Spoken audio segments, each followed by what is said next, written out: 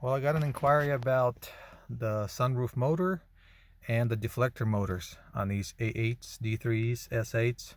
So I'm gonna do something, show you guys something that I've found that I have not found anywhere online about the deflector motors. This is located down there on the upper panel for the sunroof and everything. It's located down there, but I'll get to that later. But first of all, the sunroof motor. The motor itself is located underneath this back rear panel right here.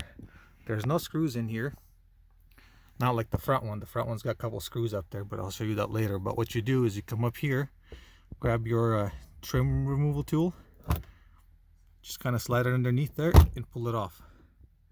It'll come out just like that. Pretty simple. There's nothing to it. And the motor sits right here. So there's a T25 bolt there, and there's one more right there. So once you undo those, it'll just come out with one plug right there. So pull that out, put a new one in to replace it, and you're good to go. It sits right on the rails.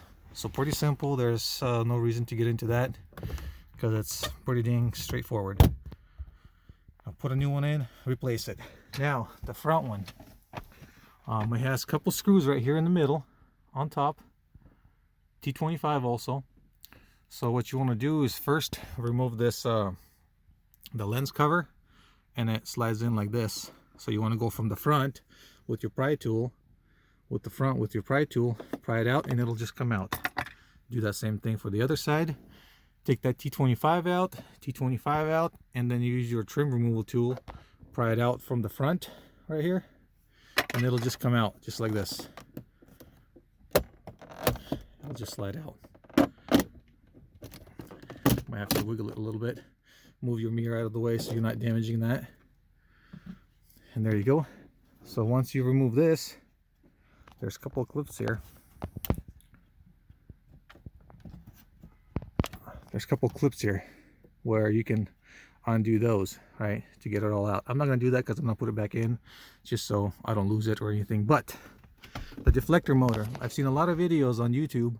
There's only a couple of them actually. What people do is when this thing makes noise, what they do is they just unplug it, because there's a bolt here that holds it down, and there's another bolt on top that's pretty much impossible to get to. So I don't think anybody's figured it out yet how to get rid of it, or how to remove it. But what I did was, there's a little clip right here. This little clip right here, it holds the motor down with on each side pretty much with these two little tabs to the frame itself. So what you do is you use a little pry tool to kind of push this down first to create more room, and then pry it out. Once you do that, this whole thing will actually, so you'll be able to actually remove this clip.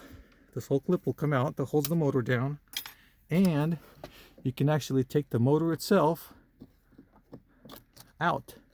And this is what actually causes the grind. Like once it grinds the little plastic teeth on the inside, it'll sit there and make noise. So at this point you can actually just take it out and remove it completely, you know, put a new one in. There's no reason to replace this whole thing unless you have the little lever on the inside is broken.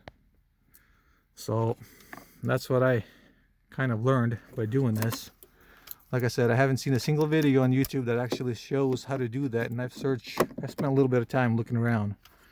And yeah, so pretty much pop this off, get the clip off, remove the motor itself, put a new one in, put the clip back in, it'll just snap back into place, and you'll have the deflector motor and your deflector itself working properly, instead of just having it unplugged, because that's what I've seen people do on YouTube, and it kind of makes no sense. There's got to be a way to fix it. So I kind of looked around, poked and prodded until I found the issue, but kind of pretty cool. But it's a two-piece deal. So the little lever itself that actually actuates the deflector, it's on the inside, it's on the second piece, and the first piece is the motor. So hopefully this helps somebody to fix some of their issues. And like I said, the sunroof motor itself that operates the sunroof is located at in the back underneath the panel on top. Well, there you go.